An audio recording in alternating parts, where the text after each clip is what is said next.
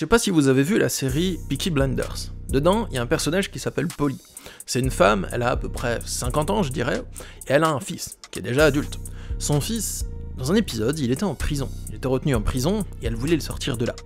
Et il y avait un gros flic véreux, bien lubrique, qui lui a proposé de faire croupir son fils en tôle pendant très longtemps, à moins qu'elle décide de se donner à lui physiquement. Il voulait profiter de son corps pour libérer son fils. Polly, elle a fait le sacrifice d'une mère. C'est un choix qui peut être certes discutable, mais elle a décidé de lui donner ce qu'il voulait, de se donner physiquement à lui, en échange de quoi il a libéré son fils.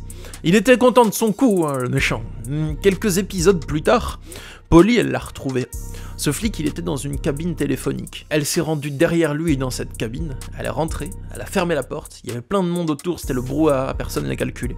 Elle a sorti un flingue, elle lui a pointé dans le ventre. Attention, il y a des spoilers, hein, si vous comptez voir la série. Le flic, il a regardé Polly, et il lui a dit « Il y a une partie de toi qui a aimé ce qui s'est passé, je le sais. » Avec un sourire un peu sadique et très malsain. Et Polly, elle aurait pu à ce moment-là se laisser avoir. Et dire c'est vrai, il y a peut-être une partie de moi qui a aimé. Il a voulu lui mettre le doute dans l'esprit en disant ça.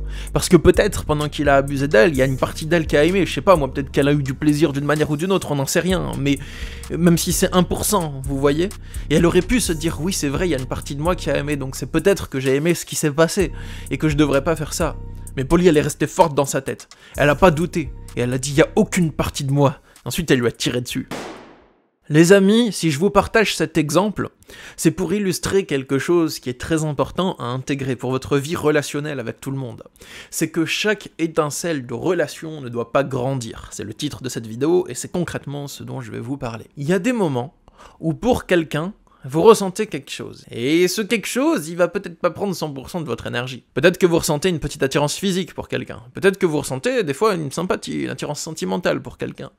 Et alors, c'est pas parce que vous ressentez ça que vous êtes obligé de vous laisser dominer par cette étincelle-là. Vous le pouvez si vous en avez envie, si c'est un choix de votre part, que c'est ok. Mais c'est pas parce que vous ressentez encore quelque chose pour quelqu'un que ça veut dire que vous devez suivre cette chose que vous ressentez pour quelqu'un. Si vous êtes en train de quitter un ex toxique, c'est pas parce qu'il vous manque, à certains moments, que ça veut dire que vous devez retourner vers lui. Ça veut dire qu'il y a une partie de vous qui est encore attachée à cette personne, bien qu'elle soit malsaine pour vous et que vous décidiez de partir, ça crée de la souffrance. C'est ok. Mais chaque étincelle de relation n'est pas forcément vouée à consumer votre esprit et vos émotions et à les transformer en immense brasier. C'est un choix à prendre.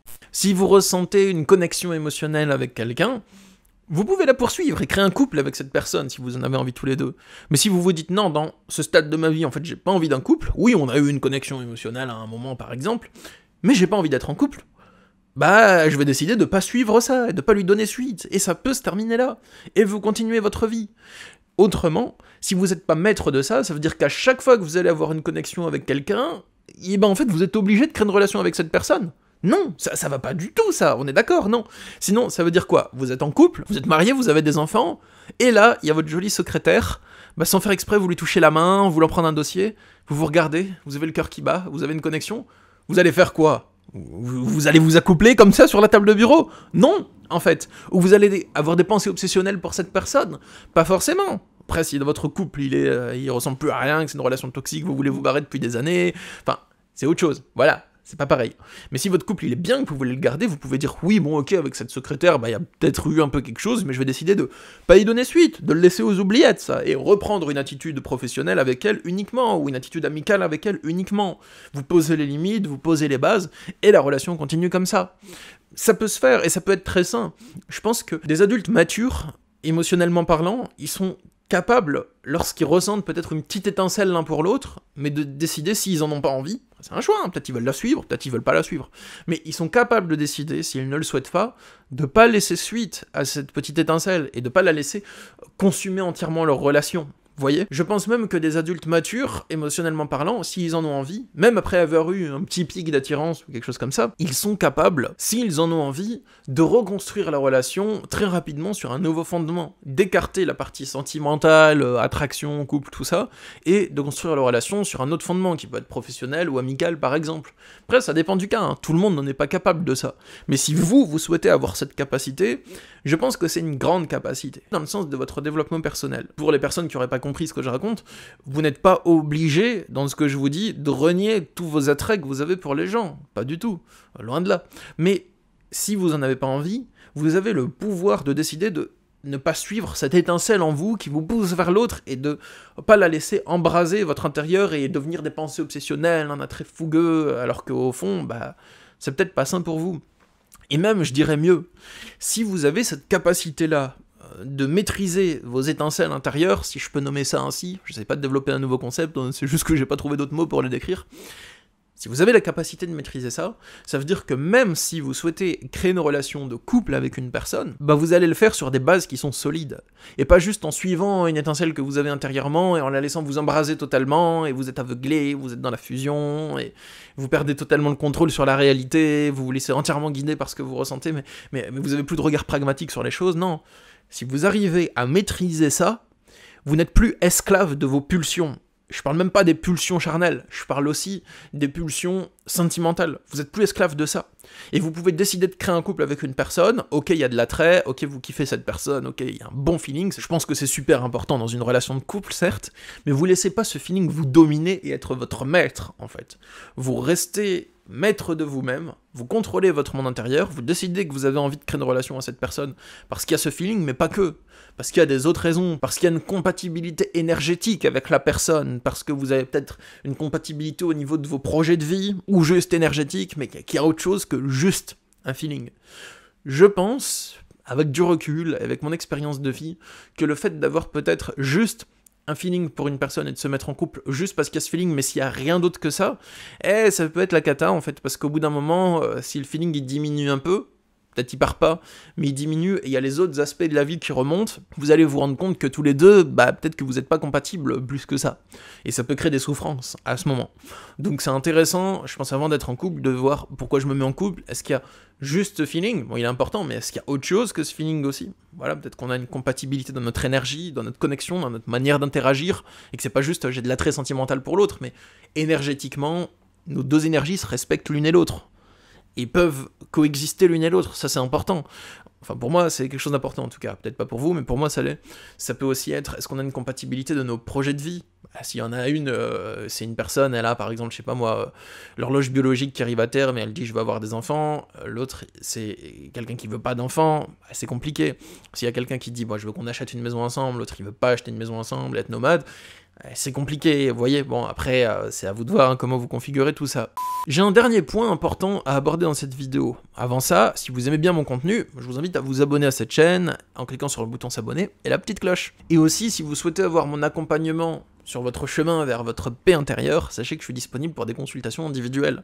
Il y a le lien directement sous la vidéo pour me contacter. Le dernier truc que je souhaitais vous dire, toujours sur ce sujet-là, c'est que ça, souvent, les pervers narcissiques, ils vont vous le faire croire. Les personnes qui ont un trouble de la personnalité narcissique avec emploi massif de mécanismes pervers, c'est pour ça qu'on dit pervers narcissique, le reste c'est trop long. Voilà, pour les personnes qui comprendraient pas. Enfin, il y a quelques râleurs des fois dans les commentaires. Oui, mais pervers narcissique, c'est pas dans le DSM. Oui, c'est vrai, mais je vais pas dire trouble de la personnalité narcissique avec emploi massif de mécanismes pervers. À chaque fois que j'emploie le mot, d'accord, c'est une appellation qui est plus courante. Un con non plus, c'est pas dans le DSM, d'accord, mais on le dit souvent pour qualifier tout un tas de trucs. Eh bien, les pervers narcissiques, ils vont souvent vous faire croire que parce que vous avez quelque chose que vous ressentez encore pour eux, eh bien, vous êtes destiné à revenir vers eux, alors que non, c'est un choix. Peut-être que vous ressentez encore un attachement, une certaine tendresse, une certaine nostalgie, mais c'est pas pour ça que vous êtes destiné à revenir vers eux. Ça, c'est un dogme, et j'en ai parlé dans ma vidéo précédente sur les dogmes. Elle est sortie la semaine dernière, vous pouvez aller voir. C'est une vision partielle de la réalité qu'ils font passer comme étant supérieure à la vision globale des choses. La vision partielle, c'est si tu ressens quelque chose pour moi, alors tu dois le suivre et revenir vers moi. Ça veut dire qu'on est destiné à être ensemble parce que je te manque encore. La vision globale de la réalité, c'est tu ressens quelque chose pour lui. Mais ce n'est pas pour ça que tu es obligé de suivre cette chose. Tu peux aussi faire un travail intérieur pour surmonter l'attrait qu'il te reste pour lui, pour en prendre la maîtrise, pour ne plus le laisser te maîtriser. Et c'est une vérité ça, c'est possible. L'attrait que vous avez pour un pervers narcissique, c'est quelque chose qui est en vous. Cette tendance, vous pouvez soit décider de la suivre, c'est un choix, mais ce n'est en aucun cas une obligation sur votre parcours spirituel ou je sais pas quoi. Ça n'a rien à voir là-dedans. C'est un choix de vie. et vous pouvez décider de le surmonter, surtout si vous avez des raisons de le faire. Par exemple, cette personne est toxique, elle me veut pas du bien, j'ai compris pourquoi. Enfin voilà, c'est des bons arguments, c'est une vérité, ça peut vous aider à savoir quelle est la bonne décision, enfin... Voilà, après, c'est vous qui choisissez. Mais voilà les amis, c'était tout ce que je souhaitais développer dans cette vidéo. Alors est-ce que ce sujet vous a parlé? Dites-le moi dans les commentaires, je serais heureux de savoir si ça fait sens pour vous, si ça vous a éclairé, si ça vous a apporté une prise de conscience ou pas, vous me direz. Moi je vous dis rendez-vous la semaine prochaine pour une prochaine vidéo, et si vous souhaitez avoir mon accompagnement sur votre chemin intérieur, il y a le lien dans la description. Je peux vous accompagner à dépasser une difficulté, une période de stagnation dans votre vie, un blocage émotionnel, des pensées obsessionnelles qui restent depuis longtemps et dont vous n'arrivez pas à vous défaire.